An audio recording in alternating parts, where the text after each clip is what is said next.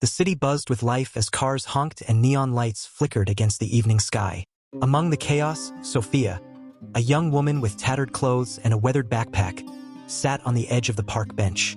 She clutched a notebook close to her chest, scribbling furiously despite the chill in the air. Her wide, curious eyes darted to the people passing by, each seemingly oblivious to her presence. She wasn't just homeless. She was invisible. On the other side of the city, Ethan Carter, a billionaire known for his charm and sharp business acumen, attended yet another gala. Dressed in a tailored suit, he wore a polite smile that barely masked his boredom.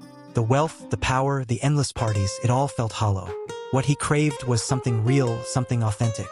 Their worlds collided one fateful night when Ethan's driver took an unusual detour through the park.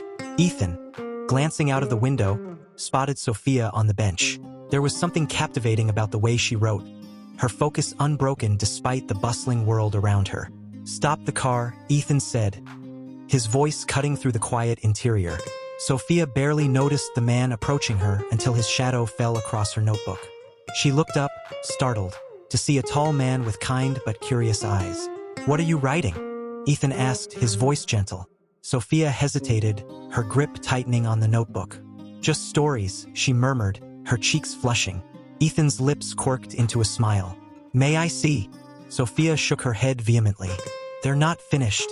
Intrigued, Ethan sat beside her, ignoring the discomfort of the cold metal bench. "What kind of stories?" he persisted. "Stories about people," she said, her voice barely above a whisper. "People who dream, even when the world doesn't let them." Ethan's chest tightened. He hadn't expected such raw honesty. "I'd like to hear one someday." Sophia's eyes met his, and for a moment, the noise of the city faded.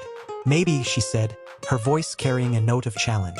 Over the following weeks, Ethan found excuses to return to the park. Each time he brought Sophia coffee or food, always careful to approach with the same unassuming kindness.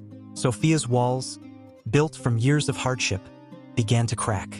She started sharing snippets of her stories, and Ethan was enthralled. Her words painted worlds he could never have imagined, filled with hope, love, and resilience. "Why don't you publish these?" Ethan asked one evening, handing back her notebook. Sophia scoffed. "Publish? No one would take me seriously. She gestured to her ragged clothes. "This?" Ethan's expression darkened. "Your words are more valuable than anything money can buy. You just need someone to believe in you." Sophia's gaze softened. "And why would you care?" Ethan hesitated. "Because I've spent my whole life surrounded by people who pretend to care. Meeting you, it reminded me what it's like to feel something real." One rainy night, Sophia's usual bench was empty. Concerned, Ethan searched the park until he found her huddled beneath a tree, soaked and shivering.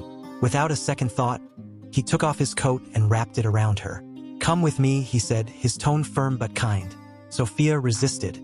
"I'm fine." "No, you're not," Ethan insisted. "Let me help you." Reluctantly, Sophia agreed, and for the first time, she stepped into Ethan's world.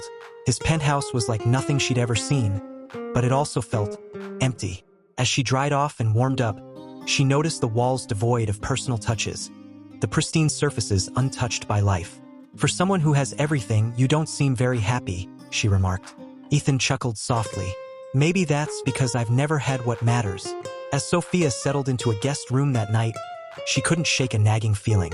Something about Ethan didn't add up. The next day, while he was at a meeting, she explored the apartment and stumbled upon a locked drawer. Inside, she found documents linking Ethan to a charity that had been quietly supporting homeless shelters for years. One of the shelters was the very one Sophia had stayed in when she first arrived in the city. When Ethan returned, she confronted him. "Why didn't you tell me?" Ethan looked genuinely confused. "Tell you what?" She held up the papers. "That you've been helping people like me all along." Ethan sighed. "Because it's not about recognition. It's about doing the right thing." Sophia's eyes filled with tears. For the first time, she saw Ethan not as a rich man trying to help her, but as someone who truly understood her struggle. Ethan offered Sophia more than a home. He offered her a partnership. Together, they worked to turn her stories into a published collection, with proceeds going toward helping others in need. The book became a bestseller, and Sophia's words touched countless lives. As their bond deepened, Sophia realized she had won more than just a chance to share her stories.